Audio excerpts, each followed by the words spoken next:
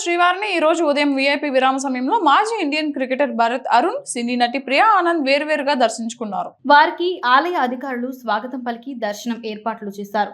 దర్శనం అనంతరం రంగనాయకుల మండపంలో వేద పండితులు వేద ఆశీర్వాదం అందించగా టీటీడీ అధికారులు తీర్థ ప్రసాదాలు అందించారు. ఆలయం వెలుపల నటి ప్రియా ఆనంద మాట్లాడుతూ స్వామివారి దర్శనం జరగడం చాలా సంతోషంగా ఉందన్నారు. వెబ్ సిరీస్ చేస్తున్నానని తెలిపారు.